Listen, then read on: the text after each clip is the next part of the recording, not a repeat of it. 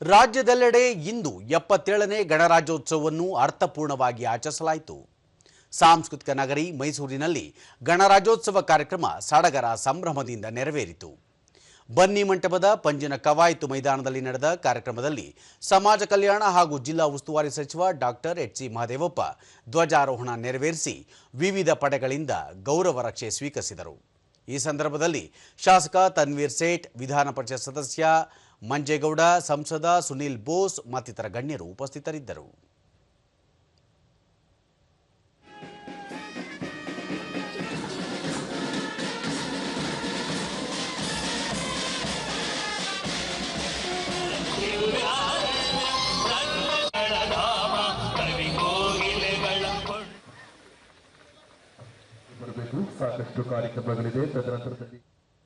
ಬಳಿಕ ಡಾಕ್ಟರ್ ಎಚ್.ಸಿ. ಮಹದೇವಪ್ಪ ಸ್ವಾತಂತ್ರ್ಯ ಭಾರತಕ್ಕೊಂದು ಸದೃಢ ಸಂವಿಧಾನ ಕೊಟ್ಟಿದ್ದು ಡಾಕ್ಟರ್ ಬಿ.ಆರ್. ಅಂಬೇಡ್ಕರ್ ಅವರ ಅವಿರತ ಪ್ರಯತ್ನ ಹಾಗೂ ಪಾಂಡಿತ್ಯದಿಂದಾಗಿ ನಮಗೆ ವಿಶ್ವದಲ್ಲಿಯೇ ಅತ್ಯಂತ ಸುದೀರ್ಘ ಉತ್ತಮ ಸಂವಿಧಾನ ದೊರಕಿದೆ.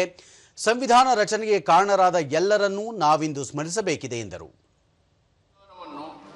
ದೇಶಾದ್ಯಂತ 26ನೇ ಜನವರಿ 1950ರಿಂದ ಜಾರಿಗೆ ತರಲಾಯಿತು. ಅದಕ್ಕಾಗಿಯೇ ನಾವು ಈ ದಿನವನ್ನು ಸಂವಿಧಾನ ದಿನ ಹಾಗೂ ಗಣರಾಜ್ಯೋತ್ಸವ ದಿನವನ್ನಾಗಿ ಸಂಭ್ರಮದಿಂದ ಆಚರಿಸುತ್ತೇವೆ. ನಂತರ ಪೊಲೀಸ್ ಸಮೂಹ ವಾದ್ಯವೃಂದ ಸೇರಿದಂತೆ ವಿವಿಧ ಶಾಲಾ ಮಕ್ಕಳಿಂದ ನಡೆದ ಸಾಂಸ್ಕೃತಿಕ ಕಾರ್ಯಕ್ರಮಗಳು ಆಕರ್ಷಣೀಯವಾಗಿದ್ದವು.